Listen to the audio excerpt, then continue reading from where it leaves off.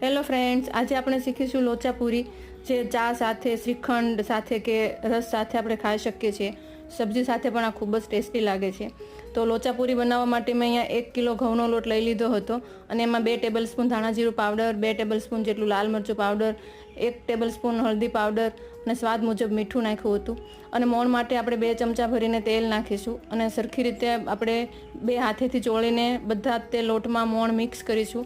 અને જરૂર મુજબ આપણે પાણી નાખીને એક કડક એવો એટલે કે પરોઠાનો જેવો લોટ હોય એવો લોટ બાંધીને આપણે તૈયાર કરીશું.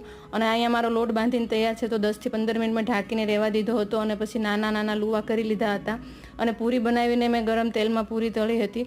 પૂરી જો આપણે આવી રીતે બનાવીશું તો આ એકદમ ફૂલીને દડા જેવી સરસ બનશે. લોચા પૂરી બનાવતી વખતે આપણે એક જ વસ્તુનું ધ્યાન રાખવાનું છે કે ગેસની ફ્લેમ તમારી ફાસ્ટ હોવી જોઈએ અને તેલ પણ એકદમ ગરમ આવેલું હોવું જોઈએ, તો જ તે તમારી પૂરી ફૂલીને તૈયાર થશે.